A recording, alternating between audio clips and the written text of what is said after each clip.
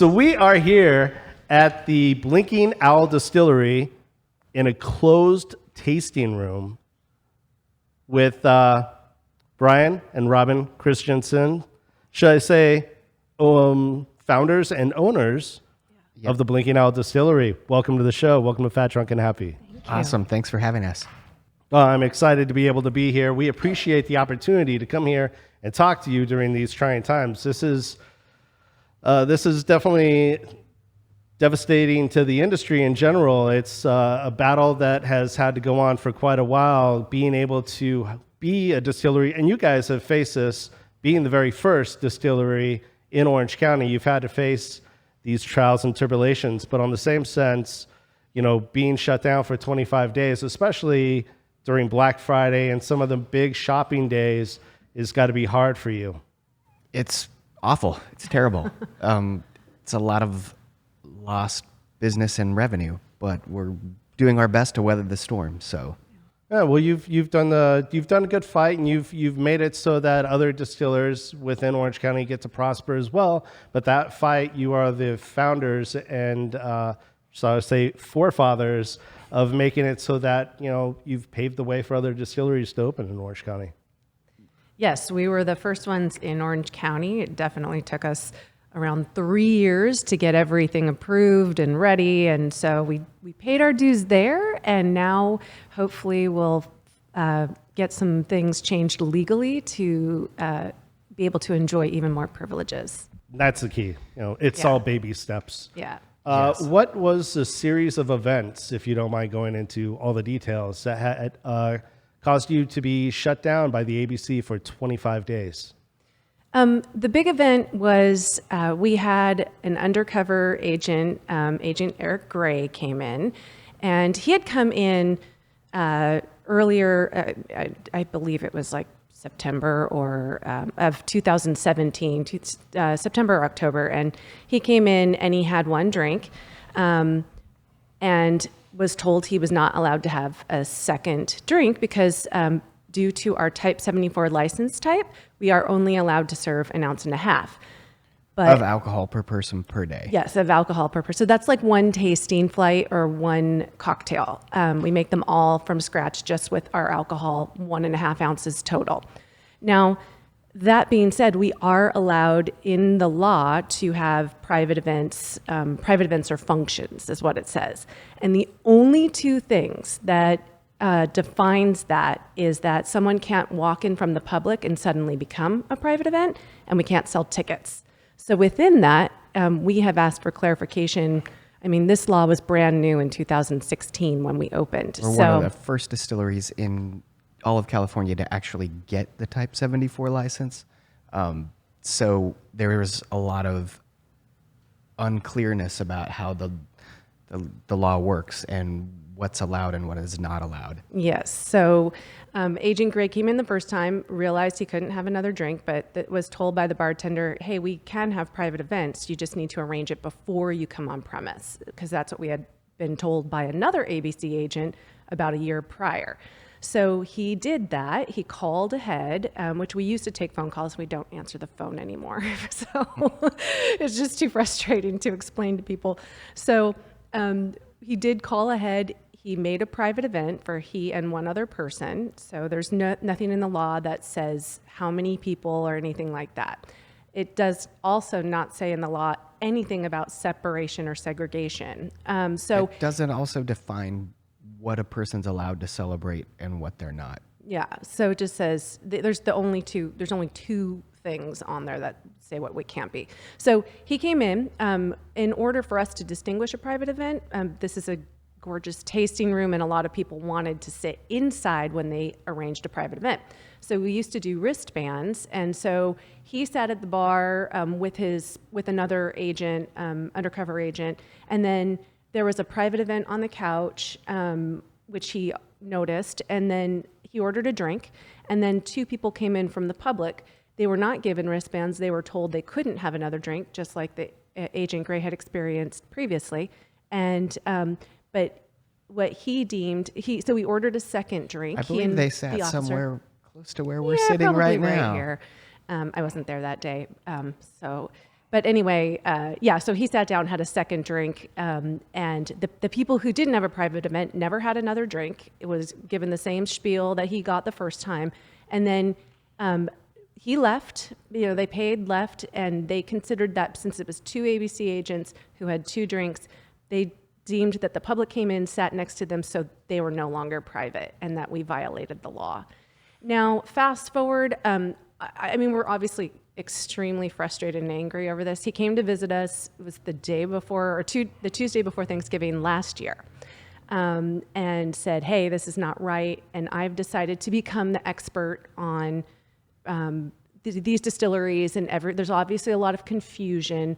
And we went into some detail, and he's like, "You're just trying to skirt the law." And I said, "You're just trying to find a loophole." And I said, "Well, there's tax loopholes, but they're legal. I'm within the law. So, I mean, you've not defined it. Can you tell me where does it say it? Where does it say it?" With the legislation he brought printed out, we asked, "Can you point out the subsection of where we violated the law?" And they will answer things like, "It's all right there." Like, where? I don't see the where words. is it? What did we violate? So we fought it. We fought for about a year. We fought in court, ABC court. So for those of you that don't know how the alcohol beverage control works, anytime they issue a citation, you get a letter that says, "We found you violated Business and Professions Code section whatever," and they say this warrants a suspension, and basically it's very vague. They don't tell you what you violated in detail. You either have to use an attorney or request what we call discovery, at what point then you'll get a full report of what the accusation and citation is. So it's very frustrating just from the get-go. And then from that point, you can appeal their decision, but you have to go appeal to what's called an administrative law judge. This is someone who's maybe an ex-attorney who they hire for their own internal court hearing, and you're required to go through this. So, I mean, you're already at a disadvantage. They work for the ABC. So fast forward with our court case. Her decision said that, I can't remember the exact words, but I have the report, and I've posted it since on Instagram. But she said, because the public came in, that was no longer private. And so, but since then, I flew to Sacramento. I've met with the heads of the director of the ABC and the head counsel of the ABC, which they said, "You're right, there's no separation or segregation required, but it's best practice." And then when we were shut down on November 12th, the Agent Gray came back, and Agent Rigler, who's the head of the trade enforcement unit, so Agent Gray's boss, and they also said, "Yeah, you're right. You don't have to. Yeah, you can have private parties in the tasting room at the same time the public's there." And I'm like, we just got shut down for this, really? But they've started to change their story, and they're saying now, well, that's not the bigger issue. It's how you schedule and what constitutes a private event. And we've been asking them to clarify, what is it? How many people makes a private event? What type of event does it have to be? Does it have to be a birthday party only or a 50th birthday? So we presented them with a multitude of scenarios. Yeah, about 20 emails of requests, and that's just about 1 month of requests. So yeah, we get tons and tons of event requests. They're not allowed to legislate, but they do get to put their spin on it. So it's a frustrating process. We could have appealed it to their appeals board, spent more money, more attorney fees. If they rejected it, we could actually appeal it and go to a regular court. We didn't want to drag it out anymore, spend any more money.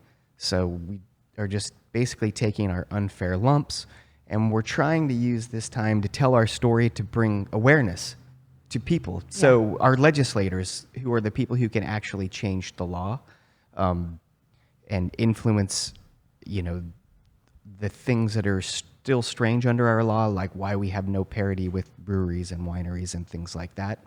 The idea is not to demonize the ABC, but just like they're trying to hold us accountable, we want to hold them accountable. We reached out multiple times to get clarification. We have it documented. In least 3 separate occasions we reached out for clarification and we were just ignored. Yeah. So, it's a hardship to not know. I think you guys have said it best. which is it's kind of like getting pulled over for speeding without there being any Speed limit sign, exactly.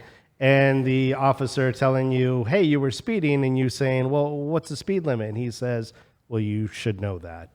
And It's so, obvious. and again, I want to say that, there's two sides to every story. I could understand the hardship of not knowing these and not getting the direct answers that you're looking for. A lot of us in life, we kind of see everything black and white, and gray is where you really get to play. But then again, you fall into bumps when it happens when you're in that gray area, and it's tough because I would love to see distillers, craft distillers, especially locally craft distillers, become something that's huge. And it's really hard for you to be able to do that if you're not able to have a tasting room that gets the exact same benefits that a brewery would get or a winery would get. I agree. And especially, so you think about a winery or brewery, well, their application is to just drink wine or just drink beer. Our application to show spirits are cocktails. That's the way we showcase our spirits. I mean, yes, a lot of us drink spirits neat as well, but the majority of people puts the spirit in a cocktail, and that's the best application, the way to show it. And at breweries and wineries, you're still under the law to not overserve if someone is intoxicated, if they show the signs of intoxication. Why can't we just go to that limit and rather than just say, oh, it's only an ounce and a half, or else now you're a danger to the public? It doesn't make any sense. And this is a bigger term issue we're trying to draw attention to, which is we need to update legislation. These things take time. We've got a lot going against us as a small distillery. We don't have millions of dollars to go get legislation changed.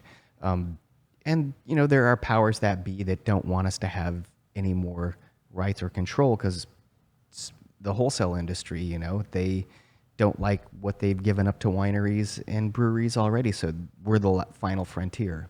So there's a lot of things that put us at an unfair advantage that we're working on, but that would help this industry in California for small production distillers and help them be successful. Mm-hmm. And our tasting room for all of us is where we live and breathe right now to keep us alive while we're building out our distribution networks outside of the actual production facility. So it's very crucial that we have opportunity to produce revenue and create jobs in this space. And I think it's what we're allowed under the law, so which circles back to this whole shutdown, is based on how the law is written, we want to take full advantage of what we're allowed under the law to keep our business operating and running. Obviously you don't feel that the verdict that was decided by the judge is fair. I mean, talk a little bit about why you feel that's not fair. The biggest thing is I don't feel that the letter of her decision, it was that we were clearly doing something wrong. When Agent Rigler came down, she said, okay, these laws are clear as mud. And I quote her on that. And we've sought clarification, and they could not give me a defining, they couldn't give me a definition for a private party. They're not allowed to, because that would be creating legislation, and they can't legislate. Yeah. So it wasn't fair that the judge, her words didn't go to the letter of the law at all. So I was like, where's the legal precedent in this? Where is the letter of the law? And then to have the heads of the ABC come back and say, oh, you're right, there's no segregation or separation. I was really, really frustrated with that. So yeah, very frustrating. Really angry. That they are talking out both sides of their mouth. They're confirming things that they're citing us for are wrong, but they're not correcting them or working with us to correct them before they shut us down. I don't know why they couldn't come in here and say, hey guys, we noticed this is how you're running private events, and we need you to change this, or we're going to issue a citation. Not come after the fact and be like, Now let's help you stay out of trouble now that we're shutting you down And for that was- 25 days. Yeah. That was like a year after the fact, correct? Yeah, Yes. we From fought the- it for a year. Wow. So I mean, that's a very long time. Let me ask you, what advice did they give you to cure the situation so that something like this wouldn't happen to you again? Don't do anything. They did. Basically, sit on your hands, they- or That's what my wife says to keep me out of trouble. She says, "Don't do anything." They said, hey, if it's in question, you probably shouldn't do it. It shouldn't look like a bar. And my response to that was, I'm a business owner, and it's a terrible way to do business, being completely afraid of everything and not maximizing what I am legally allowed to maximize.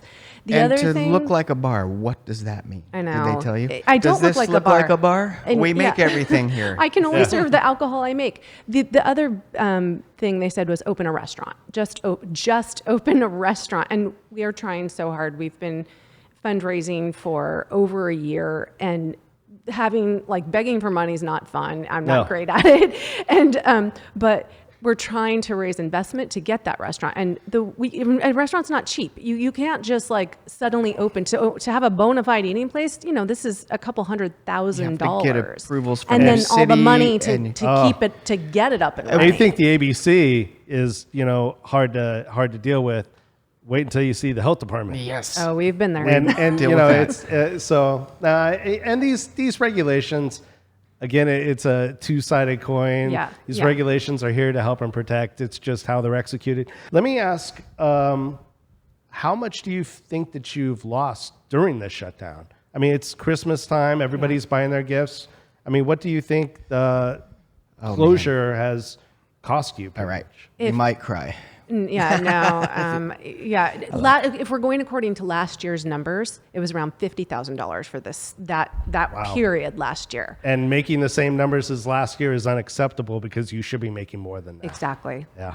Wow, that's really So hard. It makes you not want to be friends with the ABC. Well, they hit me where it hurt. Well, I mean, remember, they did. it's affecting our staff. Yeah. They're staff who are losing out on shifts and tips. And, we do what we can to keep who we can still working. But other than that, We are not able to produce very much. We had an investor who paid for a week of production just to be sweet, but we don't have the money coming in from here that allows us to produce. So, yeah. Wow, that's hard. Let me ask you, what is the Blinking Owl Whiskey Rebellion flag? I love it. so it's a friend, a friend of ours. He knew we were at an ABC hearing, and he knew we were, in his words, doing the right thing. So he sent us a really quick graphic he made, updating. So for those of you that don't know, the Whiskey Rebellion, there was a whiskey rebellion early in our country's founding, and they created a flag. It had an eagle on it, with some red and white ribbon, and the 13 states who were rebelling against this whiskey tax. So he updated it with an owl, and it just made our day. It was already a frustrating day appearing in court to the administrative law judge. So we turned it into a graphic, using our owl graphic to bring awareness to not only our patrons but legislators in the state of California that we need changes to our laws to bring them up to date, modernize them, and help small businesses like ourselves in the distilled spirits industry. It's worked. Well, good to hear. It's worked. Yeah. So if people want to support you and they want to support craft distilleries in California or their local communities, what do you recommend that they do? Buy their product, ask for it when they're out in the marketplace, and then also it's always good if they contact their local state legislators, their House representatives, their senators, and then ask them, why are we not supporting these small spirits producers or large spirits producers in our state, like we do craft breweries and wineries? Why don't they have parity? We're about to release specifics because out of this, we want people to understand what it is we can't do. They don't, I mean, the private party thing's really vague and it's difficult to understand anyway, but we can only sell 3 bottles per person per day. Or We're not allowed 2.25 to, liters, yep. yeah, we can't ship to anybody. So we can't have bottle clubs. Unless so, they pick up directly from the distillery. Yep. yeah, and so we can't even allow someone to walk off premise with with one of every single one of our products. And if we were to sell 6 packs, let's say we did like canned cocktails, which we'd like to do, they could basically take home like, I don't know, like 2 6-packs and that's it. So, or maybe even 1, because it's the volume of liquid, not the alcohol content. Oh, wow. That's Yes. crazy. It's not Yeah. alcohol by volume. It's total Yeah. alcohol. So So why even do why even do canned cocktails? Because you're losing out on what they actually get to take. Exactly. So we just want to bring this to light. So this campaign, what we're doing with it is to let people know. So we're about to list, okay, this is a law that needs to be changed. Write your legislator specifically on this. This is a law that needs to be changed. It's within our license type is what we're starting with, and there's a much bigger picture, but at least little starting points just to bring us closer to what breweries and wineries can do. And I think the point I like to make to people is, if you think about it this way, these are people telling you as an individual what, where, and how you can consume alcohol. You can't buy from this distillery, but you can go down the street to the retailer and buy 500 cases, but you can only buy 3 bottles over there. You can go to this place and drink till you fall out of your chair, but you come to this place, you're not allowed to drink. Yeah. So No, you got to look at it in your personal rights. That's the battle, and you guys are definitely doing the baby steps. So we all thank you. And if you want to be part of the rebellion, send a letter to your legislators. Make this happen. Make it so that distillers get the same freedom that breweries and wineries get. There's no reason that they shouldn't. And we will be back in just a moment with Brian and Robin right here at Fat, Drunk, and Happy. Cheers. Cheers. Cheers.